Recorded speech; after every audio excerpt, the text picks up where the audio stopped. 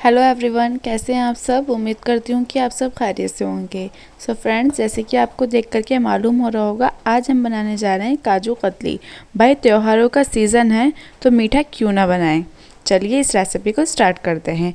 इसके लिए यहाँ मैंने 250 ग्राम काजू ले लिए हैं, एक छोटी कटोरी मिल्क पाउडर और एक छोटी कटोरी चीनी।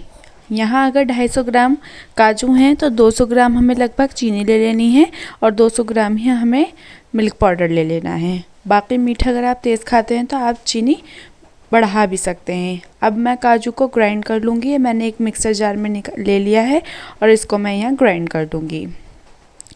फ्रेंड, आपको सिर्फ इतना ग्राइंड करना है ये बारीक हो जाए, इतना ज़्यादा नहीं कि ये अपना ऑयल छोड़ दे, बस इतना हमें इसको ग्राइंड कर लेना है इस तरीके से। अब हम एक कढ़ाई लेंगे। इसमें चाशनी तैयार करने के लिए हमने जो चीनी ली थी वो चीनी ऐड करेंगे और आधे कप के करीब पानी डाल देंगे। सिर्फ पानी इतना डालेंगे कि चीनी जो है हमारी पूरी तरीके से कवर हो जाए। अब हम एक तार की चाशनी तैयार करेंगे। बीच बीच में चेक करते रहेंगे। ये देखिए अभी एक तार नहीं बन रहा है, अभी ये और पकेगा। फिर हम चेक करेंगे, अभी भी नहीं बना है, ये थोड़ा और पका लेते हैं 1-2 मिनट। ये देखिए अब एक तार बन चुका है। अब ये परफेक्ट है। हमें ज़्यादा देर तक नहीं पकाना है, नहीं तो हमारी बर्फ़ी टाइट हो जाएगी। अब जो ये मैंने काजू पीसा था ये इसमें ऐड कर दिया है। इसको अच्छे से मिक्स कर लेंगे। फ्रेंड्स, कोई भी मीठा बनाने के लिए सबसे अहम रोल जो है वो है टाइमिंग का। टाइमिंग एकदम परफेक्ट होनी चाहिए, इसलिए सही टाइमिंग का हमें देखते हुए इसमें काजू का जो हमने ग्राइंड किया है वो डाल दिया है। अब जब ये अच्छे से मिक्स हो जाएगा तब हमने जो मिल्क पाउडर लिया है आधे कटोरी वो भी हम इसमें डाल देंगे और अच्छे से मिक्स करेंगे और हम इसको लगातार चलाते रहेंगे। और जो फ्लेम है हमारी वो हमारी मीडियम होनी चाहिए, हाई नहीं होनी चाहिए, क्योंकि बहुत जल्दी लगने लगता है। इसलिए हमें इसे मीडियम फ्लेम पे करना है और लगातार चलाते रहना है। ये देखिए काजू ने अपना ऑयल छोड़ दिया है तो ये थोड़ा पतला हो गया है। इसको चलाते रहेंगे अच्छे से, बिल्कुल भी ये लगना नहीं चाहिए। और हमें इसको जब तक चलाना है जब तक कि ये कढ़ाई छोड़ न दे। हमें खुद ही पता चल जाएगा जब ये रेडी हो जाएगा। इतने आपको क्या करना है, सिर्फ चलाते रहना है। फ्रेंड्स, इतने ये रेडी हो रहा है, इतने आप हमारे चैनल को सब्सक्राइब कर दीजिए और बेल आइकन को प्रेस कर दीजिए।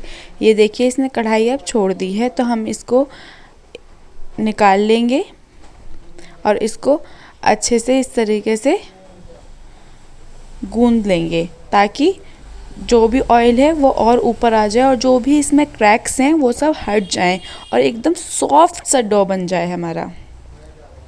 इस तरीके से इसको करते रहिए। एकदम अभी से सॉफ्ट सॉफ्ट लग रहा है ना। ये देखिए इसमें क्रैक नहीं होना चाहिए, क्रैक होएगा तो हमारी बर्फ़ी ज़्यादा अच्छी नहीं बनेगी। अब आपको इसको एक स्क्वायर शेप दे देनी है ताकि हमें इसकी कटिंग में कोई प्रॉब्लम ना हो। अगर हम इसको गोल शेप देकर ये कट करते हैं तो हमें पहले साइडों से उसे कट करना पड़ता है, वो हमारा थोड़ा वेस्ट हो जाता है, प्रॉब्लम होती है। तो इसलिए हमने इसको चौकोर शेप दे ली है।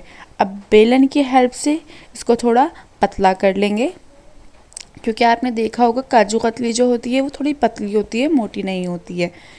इतना भी ज़्यादा पतला नहीं करना है कि वो कट ना हो पाए, बस थोड़ा पतला करना है। अब हम इस पर चांदी का वर्क लगा देंगे।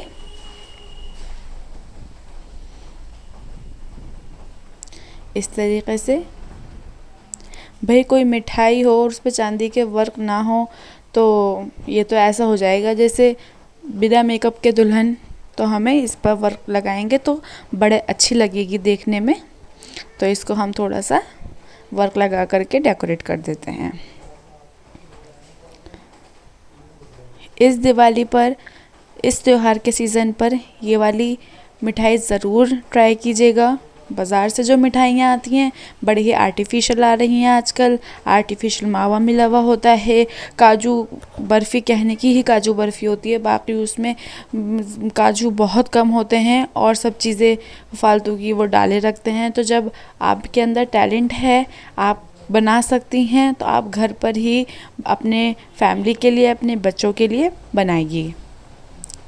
फ्रेंड्स, कम से कम 1 घंटे बाद आपको इसको कट करना है।